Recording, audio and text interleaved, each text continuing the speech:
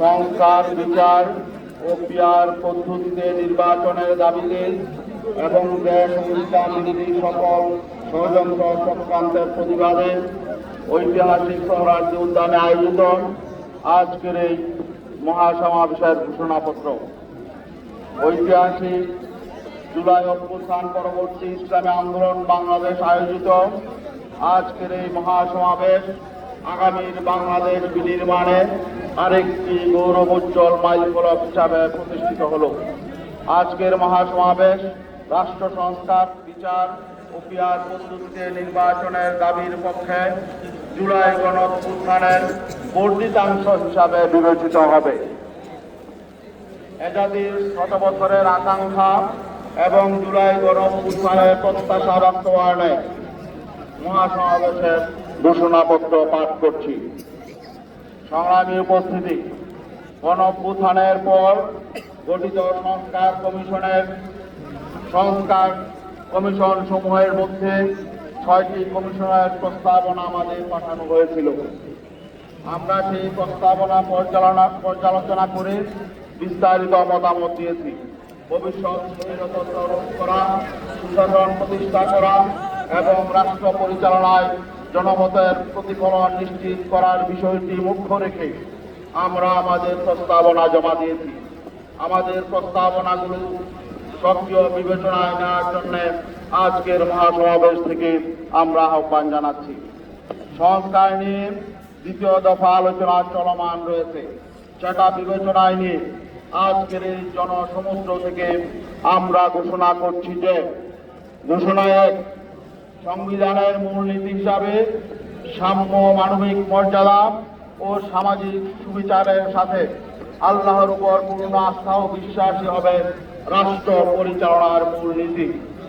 এই বিষয়টি অবশ্যই সংবিধানে পুনঃস্থাপন করতে হবে, কারণ বাংলাদেশের অস্তিত্ব ও সার্বভৌমত্বের জন্য ইসলাম হলো রক্ষা কবচ। তার প্রতিফলন সংবিধানের মূলনীতিতে থাকতে হবে। সংসদের প্রস্তাবিত উভয় পক্ষে সংখ্যানুপাতিক পিয়ার পদ্ধতিতে জাতীয় নির্বাচন হতে হবে।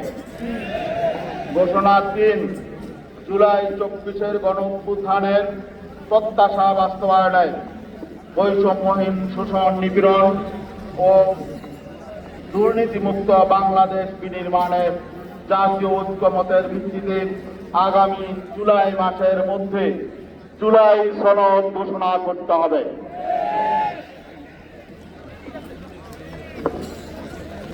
ঘোষণা ৪, আগামী দিনে বাংলাদেশে যাতে কোনো নির্বাচিত স্বৈরাচার, দুর্নীতিবাজ, লুটেরা ও সন্ত্রাসী শ্রেণী রাষ্ট্র ক্ষমতাকে ব্যবহার করে জনগণের অধিকার কেড়ে নিতে না পারে, রাষ্ট্রের সাংবিধানিক প্রতিষ্ঠানগুলোকে দলীয়করণের মাধ্যমে ধ্বংস করতে না পারে এবং একদলীয় কর্তৃত্ববাদী শাসন কায়েম করতে না পারে, সেজন্য প্রয়োজনীয় মৌলিক সংস্কার দ্রুত সম্পন্ন করতে হবে।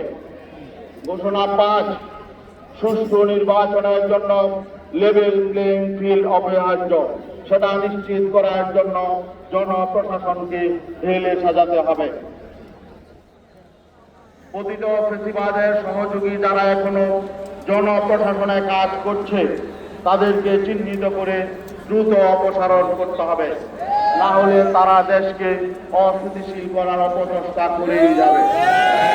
৬, পতিত ফ্যাসিবাদের বিচার নিশ্চিত করতে হবে এবং বিদেশে পলাতক অপরাধীদেরকে আটক করার জন্য কূটনৈতিক প্রচেষ্টা আরো জোরালো করতে হবে। ঘোষণা ৭, দেশ থেকে পাচারকৃত অর্থ উদ্ধারে সক্রিয়, কার্যকর ও দৃশ্যমান উদ্যোগ গ্রহণ করতে হবে।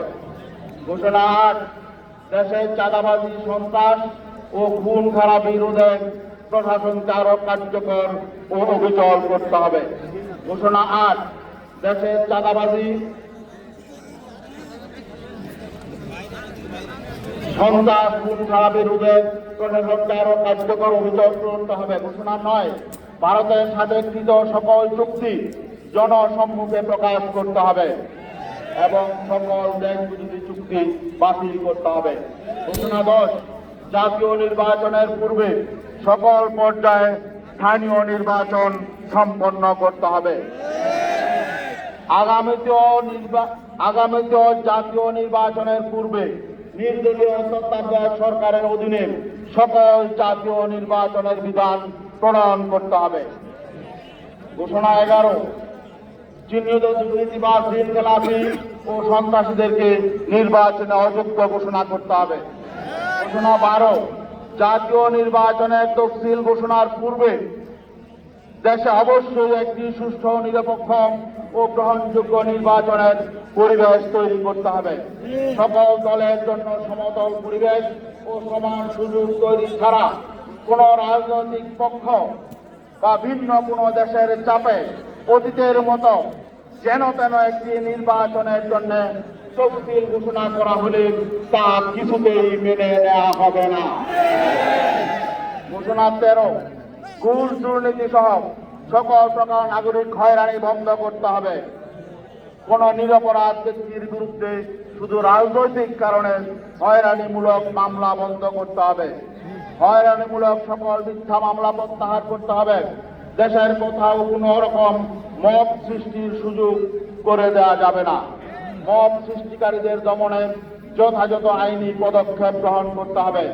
ইসলাম ও দেশের স্বাধীনতা, সার্বভৌমত্ব বিরোধী যে কোনো কার্যক্রমে দ্রুততম সময়ে আইনি পদক্ষেপ নিতে হবে, যাতে কোনো বিক্ষোভ পঞ্জীভূত না হয়।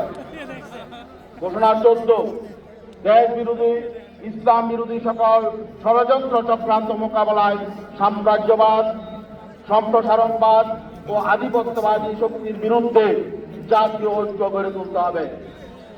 ঘোষণা 15, আগামী জাতীয় নির্বাচনে দুর্নীতিবাজ, চাঁদাবাজ ও সন্ত্রাসী শক্তির বিরুদ্ধে দেশপ্রেমিক ও ইসলামী শক্তির ইস্পাত কঠিন ঐক্য গড়ে তুলতে হবে।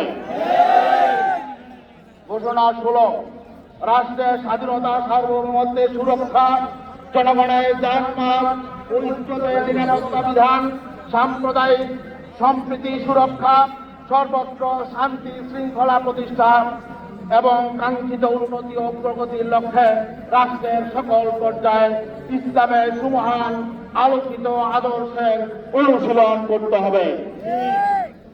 এই মহাসমুদ্রে যে ঘোষণা পাঠ করা হলো, আমরা কি সবাই এই ঘোষণার সাথে একমত আছি?